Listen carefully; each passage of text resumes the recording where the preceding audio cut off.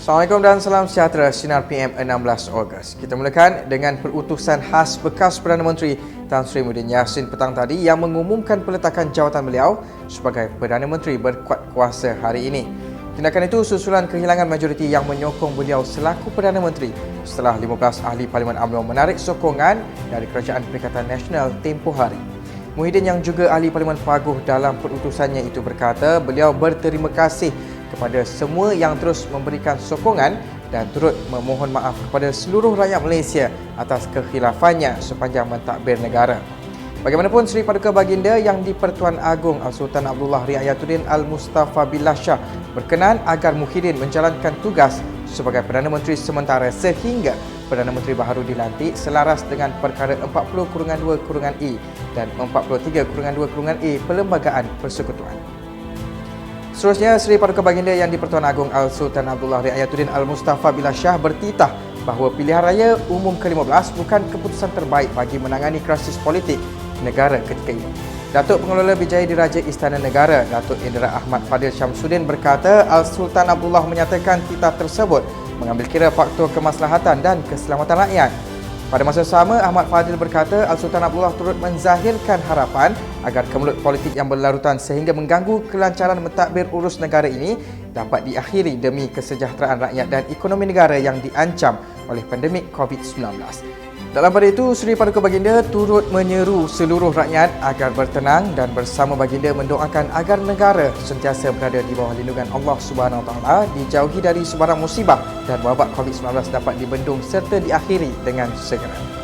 Kita ke perkembangan seterusnya. Satu kenyataan media yang tular di media sosial menyatakan PAS menarik sokongan terhadap Perikatan Nasional dan bersedia berunding dengan mana-mana parti lain bagi membentuk sebuah kerajaan baharu adalah palsu. Kenyataan media pada Isnin itu didakwa dikeluarkan oleh Timbalan Presiden PAS Datuk Seri Tuan Ibrahim Tuan Man susulan perkembangan politik negara selepas peletakan jawatan Tan Sri Muhyiddin Yassin selaku Perdana Menteri. Antara isi kandungan kenyataan tersebut, PAS akan mengenang peluang dan pengiktirafan yang diberikan kepada parti itu untuk sama-sama berkhidmat kepada negara serta rakyat dalam kerajaan PN terutamanya ketika kemelut pandemik COVID-19. PDRM memberi jaminan keadaan keselamatan negara adalah terkawal berdasarkan situasi semasa politik negara. Ketua Polis Negara Datuk Seri Akril Sani Abdullah Sani berkata, orang ramai diminta untuk tidak membuat sebarang spekulasi kerana PDRM sentiasa memastikan keselamatan negara kekal berada pada tahap selamat. PDRM juga katanya akan sentiasa memantau senario keselamatan semasa. Menurut Akril Sani, tindakan tegas akan diambil jika terdapat mana-mana pihak yang mengganggu-gugat ketenteraman awam. Kita beralih ke berita sukan. Ketua Pegawai Eksekutif Liga Bola Sepak Malaysia MFL, Datuk Abu Ghani Hassan secara rasmi telah dipilih sebagai Presiden MFL yang baharu bagi menggantikan Datuk Hamidin Muhammad Amin. Pelantikan itu dibuat menerusi persetujuan Ahli Lembaga Pengarah MFL hasil mesyuarat khas Ahli Lembaga Pengarah MFL pada Isnin selepas menerima surat peletakan jawatan daripada Hamidin bertarikh 12 Ogos 2021. Menurut Ahli Lembaga Pengarah MFL, Johari Ayub yang mempengerusikan mesyuarat berkenaan secara dalam talian, kesemua 7 Ahli Lembaga Pengarah yang bersidang sebulat suara bersetuju dengan pelantikan Abu Ghani.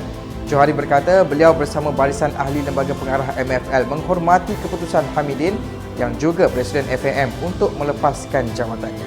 Baiklah, sekian sahaja Top 5 News pada hari ini. Sebelum kita akhiri Sinar PM, ayuh bersama memerangi jenayah rasuah melalui gerakan Sinar untuk Malaysia dan Rasuah Master semestinya.